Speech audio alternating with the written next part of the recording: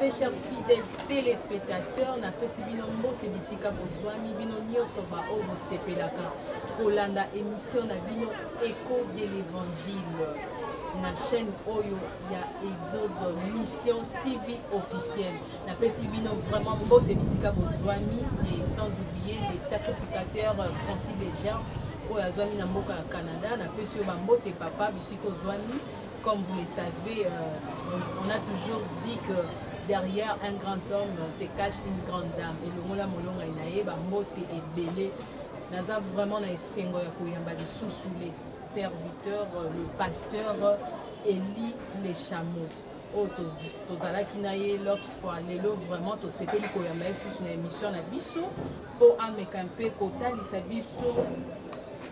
Biso sur un thème aussi très important, les signes qui accompagnent un envoyé. Sans plus tarder, n'a pas si déjà malobé pas papa. Bonjour papa. Bonjour maman Langaï, ça fait longtemps. Vraiment. Ça fait très longtemps. Comment vous allez? Par la grâce de Dieu, ça va. Ça va. Papa, na sepeli vraiment na thème où le sepeli bolobeli que vous parlez sur le signe qui accompagne un envoyé.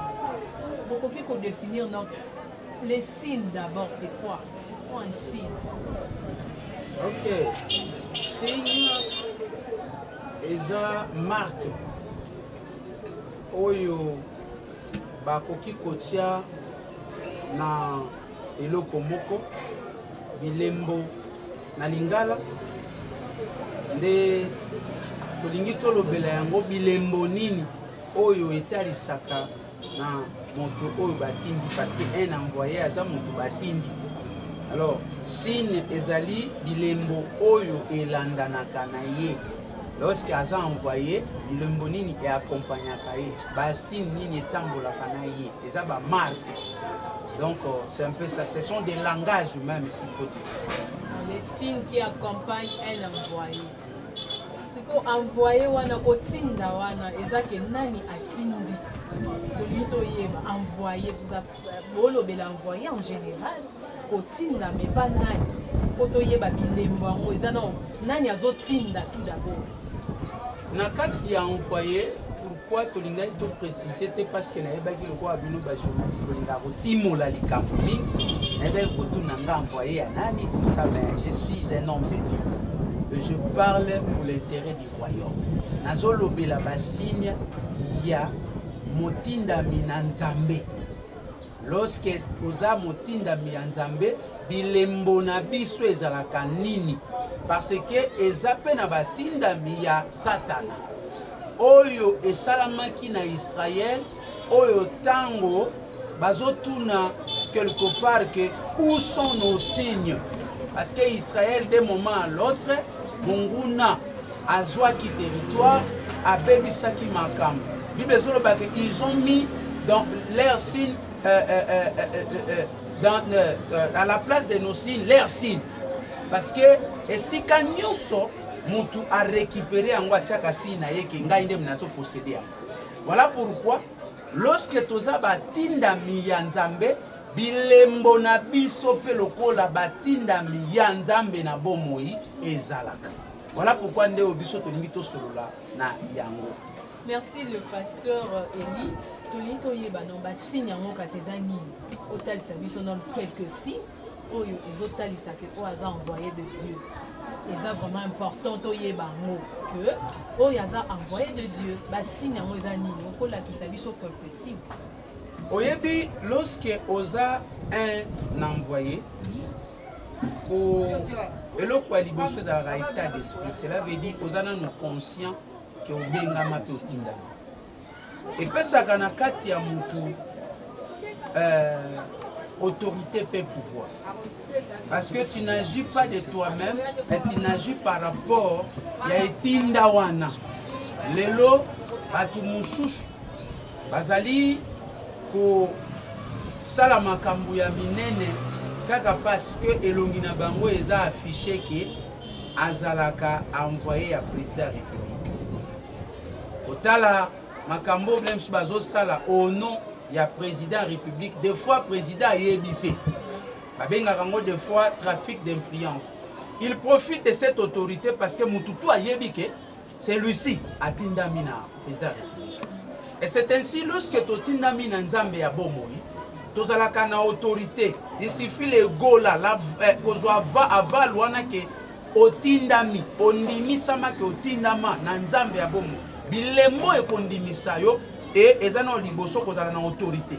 Autorité ezate kogangela mutu fana na mabelete. L'autorité eze loko yo emi lobelaka yango moko devant même les esprits mauvais. Ah. Nazotala batu moko boye batindamaki te po basala musala. Mais ba luki pe basala musala me batindami te. Na Bible eza les fils de Skeva. Bazalaki 6. Bakuti mutu ya liboma moko. Bango balingi basala musala o batindami te. Parce que musala batindi yo bapesaka likolo na yango nini maloba o epesi nguya. Alors, les fils de Skeva, qu'est-ce qu'ils ont fait? Bakuti un fou, balobi tozo délivrer fou. Tozo délivrer na kombo ya Yesu Masia. Basimbi fou wana bandi ko belela. Tozo délivrer na kombo ya Yesu Masia o apôtre Paul ateya. Oh non, mais c'était étonnant. Un fou qui répond à l'obi. Apôtre Paul Bozoloba. Na yebi. Na fou a yebi. Jésus peut Bozoloba. Na yebi. Mais bino. Na yebi binote. En d'autres termes, vous voulez dire, ce que vous faites ici, apôtre Paul, il a reçu la permission. Jésus, je le connais dans cette affaire. Mais vous, pourquoi tu as fait Yabinote? Un envoyé, il a l'autorité, il a la permission. Si nous la première des choses, oyeba que Ozali envoyé en Nzambe bilembo etali samaka. Sa présence lui-même permanente dans ta vie pour t'accompagner. La Bible de Dieu. La Bible dit Atindi Batu, allez partout dans le monde. Je serai avec vous tous les jours jusqu'à la consommation du temps. Il ne peut pas te laisser. Pourquoi? Sa présence, c'est ce qui fait ton autorité. Vous savez, le diable, à Bangaka français. Pour le baram, bien que les kalem sous yom to le bara français. Le diable à Bangaka lingala. À Bangaka est anglais. Le diable ne craint pas un homme. Le diable commence à reculer devant une personne lorsqu'il voit dans la vie de cette personne son créateur. Je ne sais pas si tu comprends. Il craint dans la vie de la personne. Lorsqu'il voit dans la vie de cette personne-là, le créateur, c'est lui qui l'a créé. Ainsi même les démons. Ne crains pas parce que Ogangi. Ne crains pas parce que tu as une grande église. Mais il craint, il reconnaît rien que la présence de leur créateur qui est Dieu véritable. Lorsqu'il voit la présence du créateur, il se soumet à la personne. Donc nous profitons à dominer, à assujettir les créatures, les démons, lorsque nous avons en nous sa présence permanente. Et cette présence, c'est la présence d'Elohim, Yahweh. Donc c'est un peu ça. C'est d'abord le premier signe. Là, c'est le premier signe. Oui. Donc, ce que tout le monde a dit, le pasteur, disons qu'il y a un milieu mabé. Abani peut ressembler l'esprit wana ezobimate. Donc esprit wana azomona présence ya Nzambe kati ya pasteur wana te. Donc c'est ça. Donc pasteur wana a envoyé de Dieu te. Nous pouvons dire que c'est ça. Oyebi na kati wana eza na mwa mobulu na kati. Mwa mobulu pona nini? Pasteur eza pe kombo toko komana biki. Entre combat kokomana biki na lobi na bomo ya pasteur eza ma famille ba. On peut t'appeler pasteur mais tu vis pas en pasteur. Hein? Vous savez, un jour les disciples bakomaki na niveau T parce que bayeba qui te forme mususu ya combat spirituel. Ils étaient avec le Seigneur deux fois, babengana qui peut milimu oyo, babengana qui peut milimu, babengana milimu oyo. Bakutani mukolo wana na molimo ya mwano ya bandai kokweya na maladi ya ndeke. Babandi kobondela forme bayebi ke etosaka, mais simbaki. Lorsque le maître est venu, babis, ah maître, tout ça l'indengi penda tout ça la mais ça n'a pas marché. Pourquoi? Jésus a dit de tels esprits pour ekende et 5 jeunes peut prier. Na moni bande ko mususu po bazenaka te pe ba priaka te.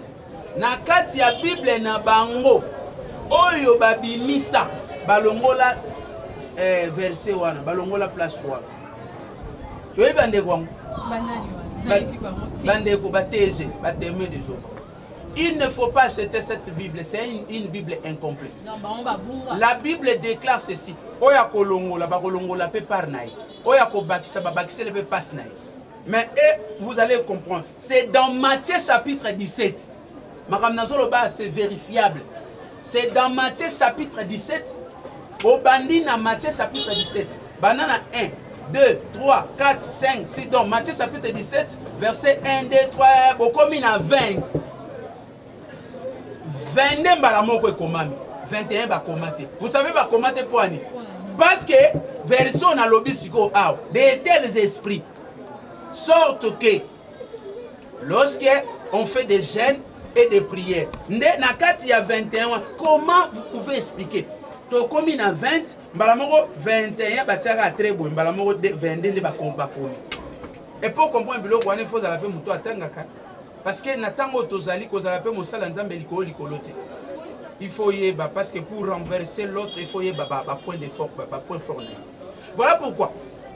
Lorsque un pasteur a peut-être que ça la délivrance, et aussi mbaté tolobi kakate kaza envoyé.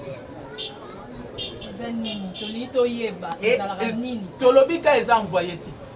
Mais tolobi veut que l'aime soupe a envoyé. Et zo kote sa biso na ba doute pourquoi. Bible zoloba que apesi biso bokonzi que eloko mon côté et ko résister. Iko liboso na biso. Mais lorsque toye na ba situation sur terrain, qu'est-ce qui se passe? Et enseignements on nzamba lingi enseigner amatisanga dimension parce que lorsqu'il marchait aussi avec ba apôtre na ye basenga ka pe mbala moko babi Seigneur augmente-nous la foi. Oyebi Yesu et bien les peut commis des fois ba pasteur pour urgence moko salamaki. Il y a des problèmes pour urgence moko salamaki ba commissaire pasteur urgence. Urgence moko salamaki pasteur a commis muto ba voyage mingi bon na tombolaka moi no po atikala l'église. Mais en réalité à qualité que les kaba expérience personnelle. Vous savez muto azana expérience personnelle ba renverser kaité.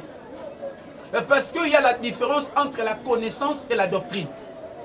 Tu peux avoir la connaissance, mais c'est là que tu as maîtrisé la doctrine. La doctrine, c'est devenir la chose en question. Pourquoi? Connaissance, c'est ça le quoi ni. Bah, ici que j'arrive et Télissac. N'est-ce pas? Ils sont tout au que ça, par exemple, j'arrive tout mes capots, tout ça, et Télissac. N'est-ce pas? Mais la doctrine, cela veut dire quoi? C'est la mise en pratique de cette information. Donc, il y en a beaucoup de personnes, basant la connaissance, mais basant la doctrine. Voilà pourquoi bazo baloté bango de tout vent. Lorsque nous avons passé par expérience personnelle, Nanzambi, Mutu, Oyo, Amoni, Yemoko, Baboto, laquelle il cambo amoté. Cet aveugle, on a voulu le changer le témoignage. Lorsque Jésus a monifié Misu, babengiye, baparana ye basangisi, babino mwana bino moni ndenge na bino en tout cas biso tokolo belete parce que ça de mukolo. Bo bengaye aye. Abi yo mutu wana Yesu mutu afungoli yo Misu. Alobi ngai atabolobi aza démon, azala Satan. Mais le problème nangeza nazala qui aveugle mais non, je vois. Qui a fait que Namona, c'est celui-là. Et pour moi, je me limite là, un point c'est tout. Parce que Azolo Makambo a une conviction. bisangisa sangisa na bibamba bamande komi ko sa loko évangile eza na faillite. Mais Jésus est toujours puissant dans sa parole. Le problème musu ezani mutu okomi na dimension ya likambo wana te parce que nzela oyo pe sengaka ba préparer yo. Il a fallu Aaron oyo yaya ya Moïse pour bakotise na sacerdoce, il a accepté son petit frère à Soukolaye. Parce que c'est Moïse oyo akutai na nzambe pe nzambe apese ba metoni ya kosala. Aaron bien koza yaya nanga me avokota na sacerdoce abolongola bilama na bando sukola bango na bana bango. Il faut la préparer pour kota na nzela oyo. Pourquoi? Parce que ce qu'on a préparé tes passe. Est-ce que ndengo zawana ma sœur oyebi ke Yesu akola kana via mutu? Yesu fakola parce que abota maka pe fakola. Lorsque aza mukie bitumba mso ko bundate. Écoutez, le jour où il était né à Bethléem, Marie azanaye mwana maza mukie. Mwana ko défendre lobby. Mwana ko sala makambu lobby, mais parce qu'il est encore bébé. Nzambe alola habite pour le moment. Boki misena on est ici pito. Akozonga kalobisini. Mutu mususu à cause ya ba femme moko ezali bazel amer, il fait face na makambo yebi ke leki foi na ye. Pourquoi? Jusqu'à la foi na yo eza augmenté comme les disciples ont demandé. Jusqu'à preuve du contraire, Yesu no akolina notaza bébé a offert face na likambo lingo sala wana te. Il faut yeba réellement que Jésus il a passé de l'enfance à comme fils. Parce que, étant que fils, il défend. Donc, pasteur Tolito Yeba, comme vous, le pasteur Eli, n'a a préparé que pasteur qui par qui pour cause de la former, les lots comme aux parce que ban est belé, bazan ba papa te abimi kabo, je suis envoyé de Dieu. Dieu m'a envoyé à Salimoa et le on a envoyé. Bandimi peut pas mourir. À mon sala pe makambo. Ce que Tolito Yeba, il faut d'abord passer par un père. Est-ce que vous avez passé par un peur pour que va former aux ala aux alliés? Vous savez, c'est très important. Nakatia Makambutu. Avec les questions des journalistes, Togoya Robundi Sabastine, mais tu dois répondre. Écoutez, moi je suis le fils d'un père. Et ce père, il s'appelle l'apôtre Jacques le Sange. Et il est vivant Aza Awa na Kinshasa. C'est lui, Nanzela Naye Tolekaki. Nanzela Naye Toyekoli Bonzambe. Mais c'est là, Eza Kota Lisabiso Bon. Okoki Kozala na tata, pour na passage Moko Bon. Mais lobby, il faut peu au coma. N'a pas expérience au Yomoko Olekaki pour la confirmation des choses. Samuel, il avait écouté Dieu, mais il n'avait pas la maîtrise de cette voix que c'est Dieu. Il a fallu Père Naye, qui est Élie, a dit c'est ok, cette fois-ci, ce qui va bengio, Loba, mais voici, parle et que ton serviteur écoute. Ce qui orientation à perte, alinga yeba on dirait bouton lingeza la yepena bouton moko ya tourment parce qu'il connaît pas qui l'appelle. Vous comprenez? Il bananzambe eza lokola fleuve o ezo bimana jeunesse kalobi eza ikaboni na 4 parties. Yo lorsque obimi singai, Dieu commence maintenant à kokoli sangai. Il y a l'école de l'homme, il y a aussi l'école de Dieu. Parce que Nzambe, alukakasiko, amisa la marque na ena muto penza bengi. Pour ne pas oser la dépendre na muto.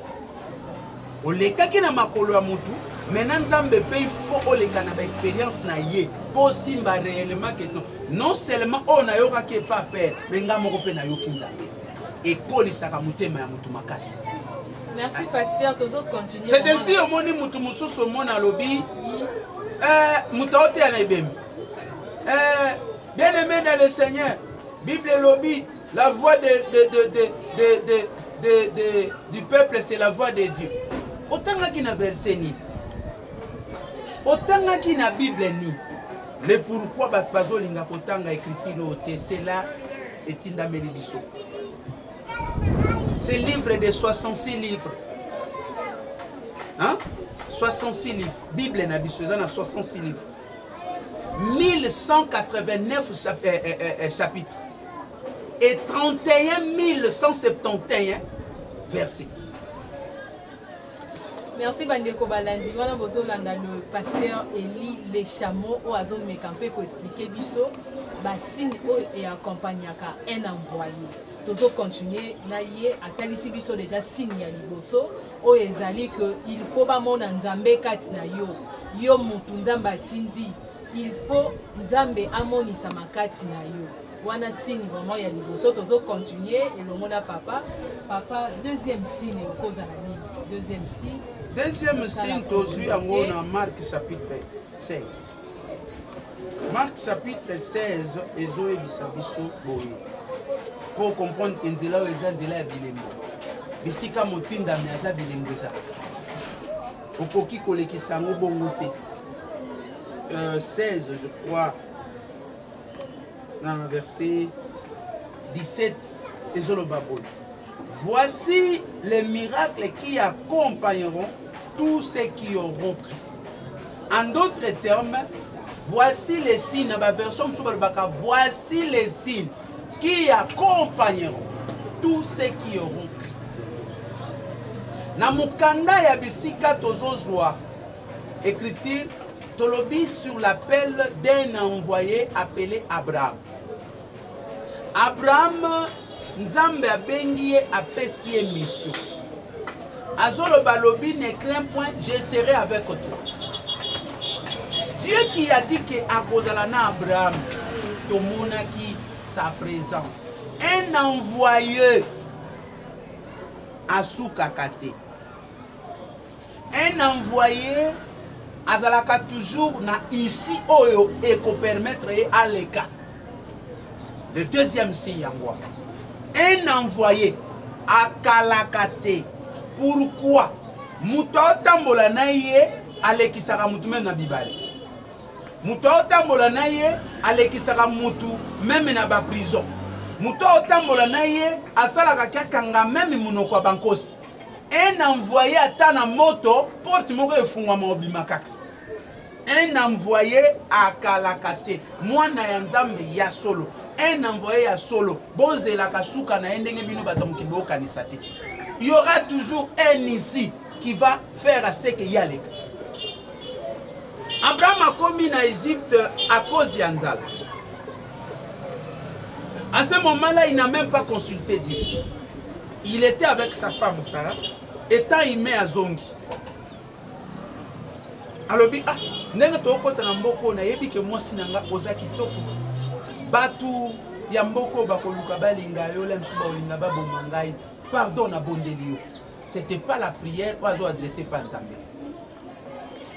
Ngai bimisanga ndeko na ya mobali. Nako bimisanga ndeko na mobali nasunga mata na sima na yo. Lorsque bakomi kuna effectivement Abraham a bimi ndeko à Sarah. Mais écoutez, au-delà il y a oyo Abraham a okomate. Dieu a intervenu pour Abraham. Pharaon a linga sala oya koyoko sala et Dieu a intervenu. Il n'osait pas ko sala makambote. Oyo, moi si il y a un prophète. Ne la touchez pas. Pourquoi? Abraham a quoi comme on a kenasuki. Mais à cause de la mission, à cause de ce qu'il est envoyé, Dieu a fait toujours qu'on fonde la porte. Dieu a préparé son peuple. Bimi en Égypte, avec la marche, mer rouge.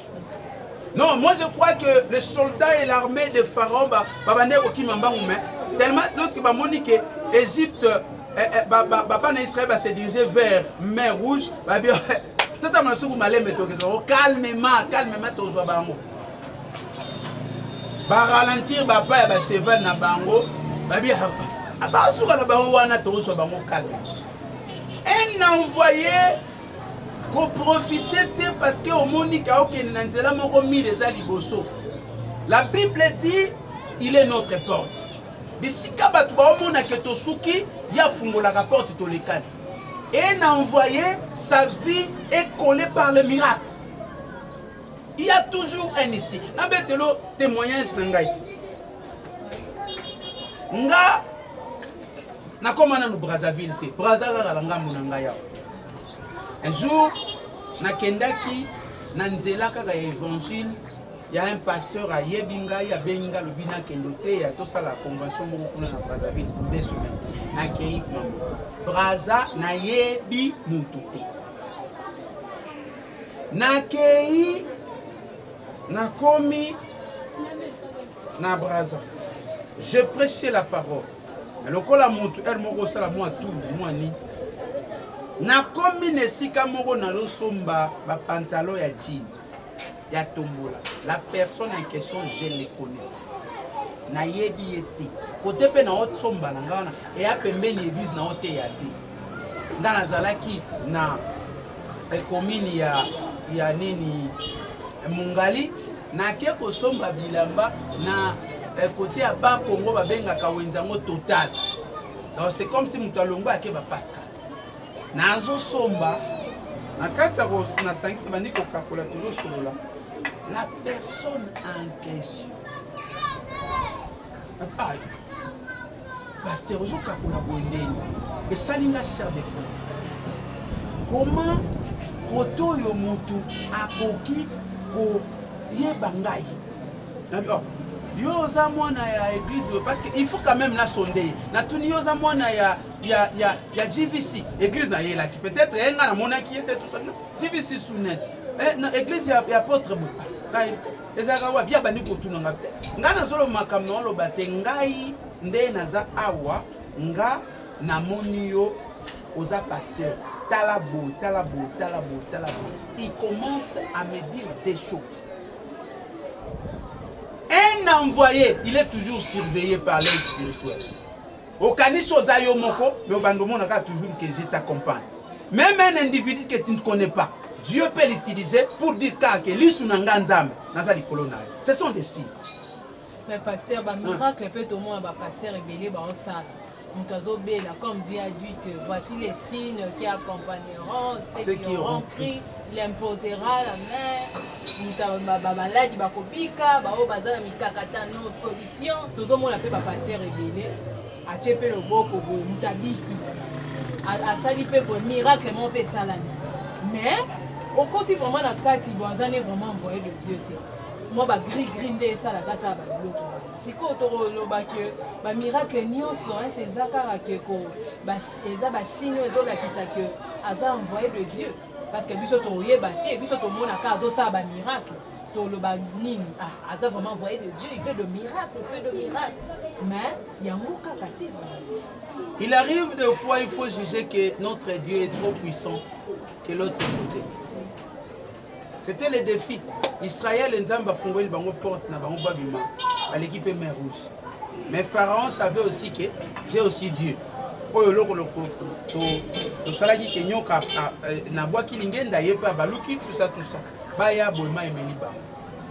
y a aussi devant les défis, Nzamba Talisaka que celui-ci, c'est l'envoyé du Tout-Puissant.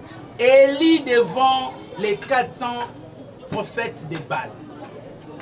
L'autre fois, peut-être, Batouya Baal, Babanda qui contient des défis pour Bazo Kanisate. Des fois, ils invoquaient aussi le fait descendre.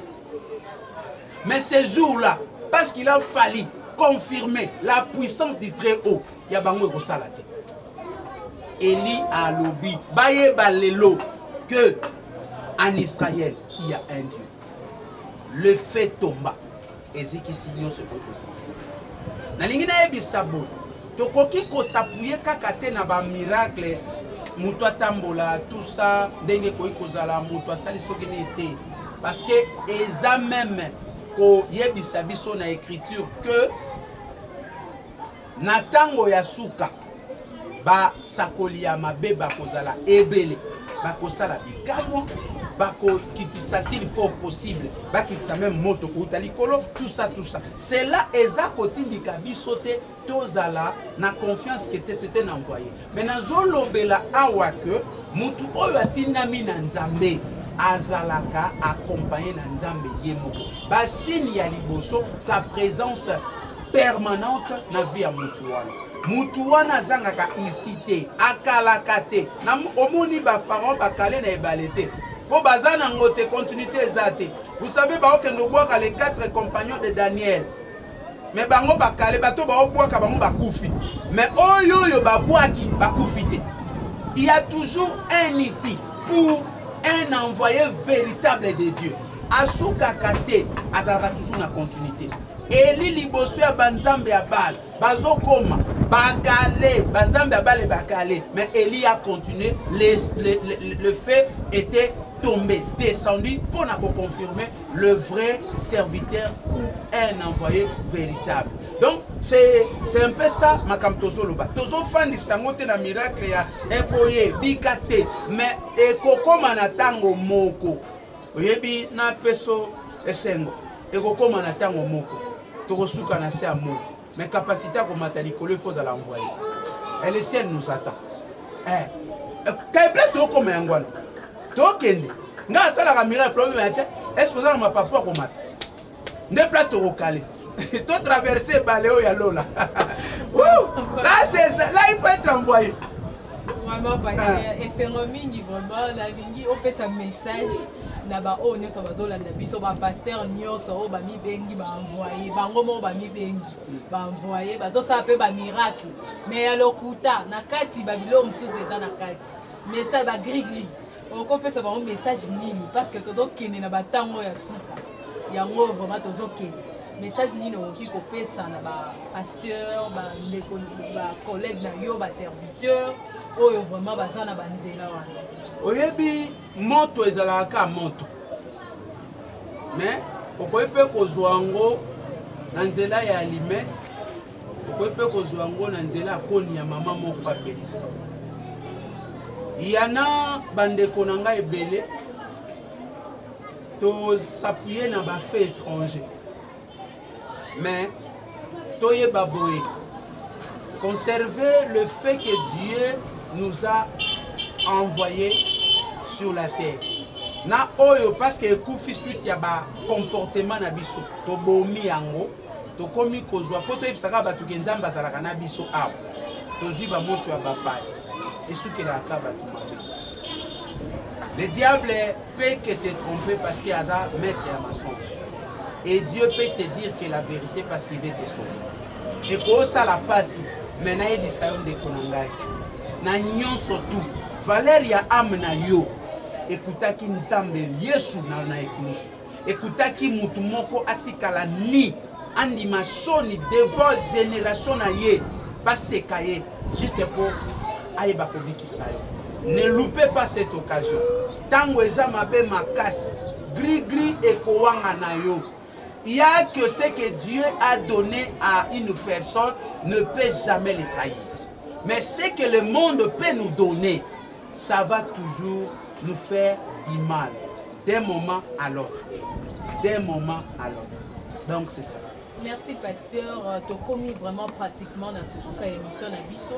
Naebi qui na basimbo eza ebele, basimbo donc eza ebele mais pour n'attendre na biso to suki na moi basimbo pasteur atal 3 signes je crois. Au pasteur atal ici biso ba na Nzambe na lingi au pasteur mot de la fin na yo. Mot te pe na ba o balandi aussi ko to mona prochainement. Merci beaucoup. Nzambe na ngai Nzambe na yo ayeba ko sunga biso tango eza mabe tozo sala kaka pona ko sungama na pamboli litoi na yo moto yo kinga des fois ko kozala décourager mais parce que tu es dans la liste de ceux-là qui sont appelés par Dieu oyeba ka ke likambo eyeli wana ko sukisa yo. Il y aura toujours un ici qui va t'aider à passer. Makambo yo etungiswa no bandotala ngona sima mukongo. Makambo yo tungiswa no bandotala ke sikala emona na kasusu te parce que yo za na continuité et loko ekokalise yo ezate. Nous passons de la terre au ciel et loko moko ya terre ko retenir yo te. Zala na confiance na Nzamba benga yo. Na pamboli yo pe na pesi merci na papa Francis ye oyo azali géniteur ya makambo nyonso tozosala awa ya chaîne oyo mpe mama na libota nyonso tu nkolo abosana bino te na mosala bozosala e napesi église oyo nga naza visionnaire Adulam Tabernacle que tous les adulamites bazala favorisés et gracieux par Dieu na pamboli bana nanga pe napesi madame nanga mama Deborah mbote mingi bisika akolanda biso toza na Kinshasa ba oyo bakolinga kobenga biso na nzela ya singa pe même na WhatsApp toza wana na numéro oyo plus 243 81 27 48 958 plus 243 81 27 48 958 là au kozwa le pasteur Mosali Nabino le chameau Eli Tozawana Kolo Apambola Bino. Merci beaucoup. Merci pasteur. Tokomi vraiment pratiquement na suka ya émission na biso bandeko balandi na ebike bo sepeli bisika bozwani pona kolanda pasteur na biso Eli le chameau na ba thème oyo vraiment si kolobela biso très important ya kobosana te vraiment to simba ngo makasi parce que mikolo ekomi mabe il faut toyeba banani baza batindami ya solo pe banani baza batindami ya lokuta na basini oyo nde tokobanda koyeba bango vraiment esepelisanga makasi kopresente bino émission oyo. N'oubliez pas de vous abonner massivement sur notre chaîne Exode Mission TV officielle pour suivre votre émission Écho de l'Évangile, émission chrétienne oyo ememelaka bino toujours basango malamu parce que Dieu a dit dans sa parole, allez faire de toutes les nations mes disciples.